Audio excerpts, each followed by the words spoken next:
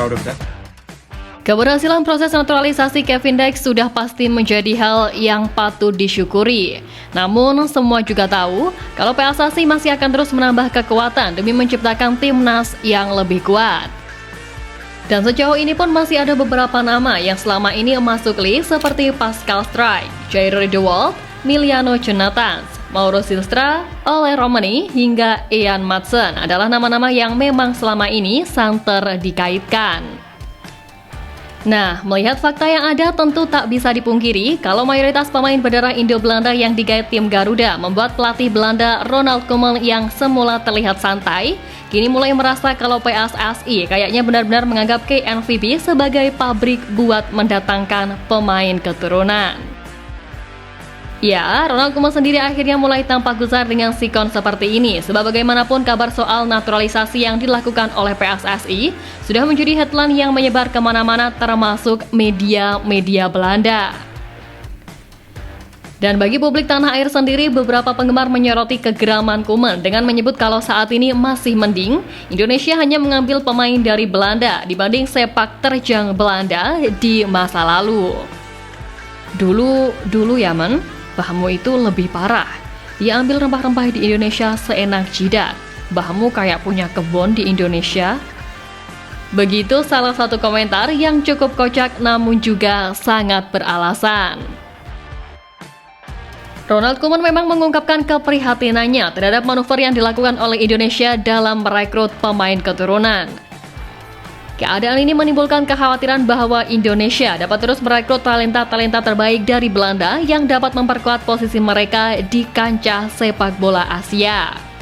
Apa yang dilakukan PSSI ini juga dirasa bisa menimbulkan efek buruk bagi sepak bola Belanda ke depannya, karena bukan tak mungkin pemain-pemain potensial yang berdarah Indonesia akan lebih memilih untuk membela tim merah putih. Apalagi kalau tim Garuda mampu lolos Piala Dunia, sudah pasti citra Indonesia jadi lebih naik. Karena sejatinya beralih menjadi WNI pun dirasa juga akan menguntungkan pemain dari sisi non-teknis seperti kenaikan followers dan lain-lain. Menjadi Indonesia itu mudah, mereka tinggal memilih pemain yang memiliki keturunan Indonesia. KNVB seperti pabrik pemain bagi timnas Indonesia. Ujar Koeman dikutip dari Football Zone. Ya, perihal banyaknya pemain keturunan Grade A yang memilih membela Indonesia ini juga membuat heran legenda Belanda, Robin van Persie. Satu pemain yang paling disorot oleh Robin van Persie ialah pemain muda berbakat Mies Hilgers yang dengan mata memilih karir internasionalnya ke timnas Indonesia. Dalam banyak unggahan di sosial media, salah satunya oleh akun Instagram @stp.com, ditulis bahwa menurut Van Persie, Mies Hilgers hanya perlu lebih bersabar dan bukan tidak mungkin pelatih timnas Belanda Ronald Koeman memberikan kesempatan kepada Hilgers untuk mengenakan jersey The Orange. Saya heran kenapa akhirnya dia memilih Indonesia. Jika dia bisa bersabar sedikit lagi, mungkin Ronald Koeman akan memanggilnya ke skuad Belanda. Tulis akun Instagram @stp.com. Ya, di usianya yang baru 23 tahun, Mies Hilgers dinilai Van Persie memiliki masa depan sepak bola yang cerah di Belanda. Memang sejak debutnya untuk LC20 pada 5 Desember 2020, Mies Hilgers telah tampil dalam 104 pertandingan dan mencetak sebanyak 3 gol di semua kompetisi. Musim lalu pun Mies Hilgers menunjukkan performa impresif dengan bermain dalam 33 pertandingan di skuad asuhan pelatih Joseph Oosting. Musim ini Mies Hilgers juga mencatatkan 1 gol dan 1 assist dalam 11 penampilannya. Tapi meski peluang untuk memperkuat timnas Belanda masih terbuka lebar, pemain kelahiran Amersfoort, Belanda ini lebih memilih untuk membela timnas Indonesia yang tentunya menjadi tambahan kekuatan besar bagi lini pertahanan skuad Garuda. Ya, walaupun langkah PSSI ini membuat Ronald Koeman geram atau legenda Belanda Robin van Persie keheranan, sampai saat ini PSSI pun masih terus mencari pemain diaspora untuk menambah kekuatan tim Garuda demi Piala Dunia. Dan sejatinya kehadiran para pemain keturunan ini tak perlu dikhawatirkan, sebab timnas Indonesia pun terbukti memiliki pelatih yang kualitasnya gak kalah apik dengan pelatih Belanda, yakni Sintayong. Kalau menilik ke belakang, Sintayong sudah memulai karir kepelatihan sebagai asisten di Queensland Roar pada tahun 2005. Kemudian ia melanjutkan perjalanan suksesnya di Korea Selatan, termasuk menjadi pelatih Seongnam Ilhwa Chunma dan juga pelatih sementara timnas Korea Selatan. Nah, menariknya selain memiliki segudang pengalaman internasional, Sintayong juga memiliki kelebihan dalam hal ketepatan dan kecepatan memantau talenta muda. Hal ini terlihat dari cepatnya dia menyadari potensi besar yang dimiliki JICS yang padahal sempat dianggap sebagai calon pemain masa depan timnas Belanda yang bahkan bisa saja memperkuat tim oranye di Piala Dunia 2026.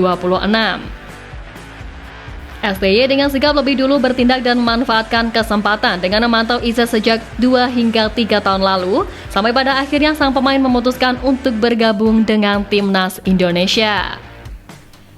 Sementara itu, Ronald Koeman dinilai kurang cepat dalam menyadari potensi Izes, yang mana lebih memilih fokus pada pemain-pemain top Belanda seperti Virgil van Dijk, Matthijs de Ligt, dan juga Nathan Ake. Jelas, hal ini menimbulkan penilaian kalau Koeman seakan terbuai dengan nama-nama besar tersebut dan luput melihat bahwa Belanda memiliki bakat terpendam dalam diri JICS. Sama halnya dengan pemain anyar kita Kevin Dijk yang jelas-jelas memiliki rekam mentereng namun tak kunjung dilirik Koeman hingga akhirnya kini resmi menyandang status WNI. Memiliki kemampuan berkelas dalam mengolah bola serta kecepatan yang mumpuni, hal ini diyakini dapat menambah kedalaman strategi permainan timnas Indonesia. Menyusul performa impresifnya di klub, PSSI dan Coach Sintayong juga melihat kehadiran Kevin Dijk sebagai aset penting dalam menghadapi lawan-lawan tangguh di kualifikasi Piala Dunia. Hal ini jelas tampak di mana PSSI yang dengan maksimal mempercepat proses naturalisasi Kevin hingga akhirnya bisa debut di bulan ini. Kevin Dijk dikabarkan akan berangkat dari Copenhagen, Denmark menggunakan Qatar Airways pada Senin 11 November pukul 15.00 waktu setempat atau pukul 21.00 waktu Indonesia Barat. Ia dijadwalkan akan tiba di tanah air pada Selasa 12 November pukul 15.00 waktu Indonesia Barat. Dan dengan kabar gembira ini, harapannya kehadiran Kevin Dijk dapat meningkatkan kemampuan timnas Indonesia untuk meraih poin saat menjamu Jepang pada 15 November dan juga Arab Saudi pada 19 November. Ya, terlepas dari apapun yang terpenting untuk saat ini adalah fokus dengan laga melawan Jepang serta Arab. Perihal nanti akan ada tambahan pemain lagi atau gimana, kita serahkan saja sama PSSI. Dan buat pemain yang tersedia, moga-moga aja mereka bisa tampil dengan formasi terbaik. Tentu saja dengan permainan yang menarik di atas lapangan dan juga fighting spirit tinggi, pastinya hasil yang bagus akan diperoleh. Karenanya sekali lagi dukung timnas Indonesia di round ketiga ini. Semoga bisa mewujudkan semua harapan dengan lolos Piala Dunia buat pertama kalinya.